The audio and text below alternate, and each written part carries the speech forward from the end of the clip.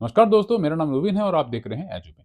आज की वीडियो बहुत खास है क्योंकि हम बात करने जा रहे हैं एक ऐसे जियोपॉलिटिकल भूकंप की जिसने पूरे ग्लोबल पावर डायनामिक्स को हिला कर रख दिया है। हाँ दोस्तों, G20 2025 जोन्सबर्ग समिट, जहां पहली बार ऐसा हुआ है कि अमेरिका ने बाइकआउट किया और दुनिया फिर भी आगे बढ़ गई। दोस्तों, एक जमाना था जब अमेरिका जो बोले वही ग्लोबल फैसले माने जाते थे, लेकिन समय बदल रहा है तेजी से। ट्रंप के दोबारा सत्ता में आने के बाद कई देशों का अमेरिका पर भरोसा लड़खड़ाता दिख रहा है और G20 2025 ने इस बदलाव को आधिकारिक रूप से दुनिया के सामने रख दिया है। साल 2025 का G20 समिट जोन्सबर्ग साउथ अफ्रीका में 3 दिनों तक चला। पहली बार G20 किसी अफ्रीकी देश में आयोजित हुआ और साउथ अफ्रीका ने तैयार किया एक 122 पॉइंट का मेगा डिलक्स डिक्लेरेशन। लेकिन असली ट्विस्ट तो अभी बाकी था। समिट की शुरुआत में ही 122 पॉइंट डिक्लेरेशन अडॉप्ट कर लिया गया, चाहे अमेरिका वहां था ही नहीं। हाँ दोस्तों, यूएस ने पूरा समिट बाइकआउट किया। अमेरिका का कहना था कि साउथ अफ्रीका में व्हाइट अफ्रीकन माइनॉरिटीज के खिलाफ ह्यूमन राइट्स वायलेशन हो रहे हैं। लेकिन जियोपॉलिटिक्स एक्सपर्ट्स कहते हैं असल में Trump global south, climate justice, debt relief और क्रिटिकल मिनरल्स जैसे एजेंडे को महत्व ही नहीं देना चाहते। साउथ अफ्रीका ने कहा कि डिक्लेरेशन में कोई भी रीनेगोशिएशन नहीं होगा, जो है यही रहेगा, यानी कोई इसमें बदलाव नहीं होने वाला है।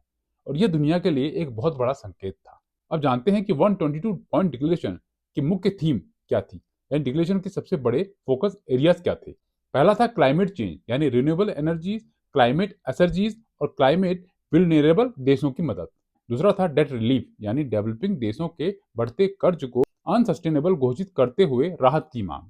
तीसरा था क्रिटिकल मिनरल्स, यानी अफ्रीका में वैल्यू एडिशन बढ़ाने की अपील, यानी कोबाल्ट, लिथियम, मैंगनीज सिर्फ रॉ मटेरियल्स ना बनकर स्थानीय प्रोसेसिंग और मैन्युफैक्चरिंग भी बढ़े। चौथा है ग्लोबल गवर्नेंस रिफॉर्म, यानी यूएनएससी, आईएमएफ और वर्ल्ड बैंक में ऐसे रिफॉर्म जो आज की असली जियोपॉलिटिक्स को दर्शाए। पांचवा है सोशल जस्टिस, यानी इक्वलिटी और टेररिज्म पर जीरो टॉलरेंस। अर्जेंटीना को छोड़कर सभी देशों ने डिक्लेरेशन को सपोर्ट किया। भारत में इस समिट में लीडरशिप दिखाई। पीएम मोदी ने 6 बड़े ग्लोबल गुड इनिशिएटिव्स पेश किए। पहला था ट्रेडिशनल नॉलेज रिपोजिटरी, यानी योग, आयुर्वेद, होम्योपैथी जैसे नॉलेज सिस्टम की ग्लोबल लाइब्रेरी। दूसरा था अफ्रीकी स्किल मल्टीप्लायर, यानी 1 मिलियन अफ्रीकन ट्रेनर्स तैयार करने की योजना। ऐसे तीसरा है health crisis rapid response team, यानी भविष्य की महामारी, कोई भी महामारी अगर भविष्य में आती है, ग्लोबल रेडीनेस फ्रेमवर्क तैयार हो। चौथा है drug terror Naxal initiative, drug trafficking और टेरर फंडिंग की चेन तोड़ने का प्रस्ताव। पांचवा है सैटेलाइट डेटा पार्टनरशिप, इस डेटा को स्पेस डेटा को एग्रीकल्चर और डिजास्टर मैनेजमेंट में साझा करना। छठा है क्रिटिकल मिनरल सर्कुलिटी, यानी अर्बन माइनिंग, रिसाइकलिंग और सस्टेनेबल मिनरल यूज। भारत ने साफ कहा कि ये हमारी सभ्यतागत वैल्यूज हैं और ये ग्लोबल गुड के लिए है। दोस्तों, ये पहली बार हुआ है कि G20 ने यूएस के बिना फंक्शन किया और पूरा डिक्लेरेशन पास किया।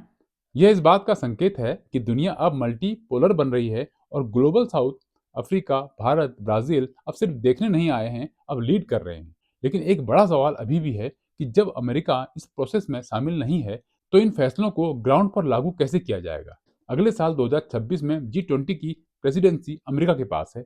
अब दुनिया देख रही है कि क्या ट्रंप इस नए ग्लोबल साउथ एजेंडा को कंटिन्यू करेंगे या फिर दोबारा वही पुराना मॉडल वापस आएगा, जहां कुछ ताकतवर देश बाकी दुनिया के लिए फैसले करते थे। जो भी होगा, G20 का भविष्य यहीं से तय होगा।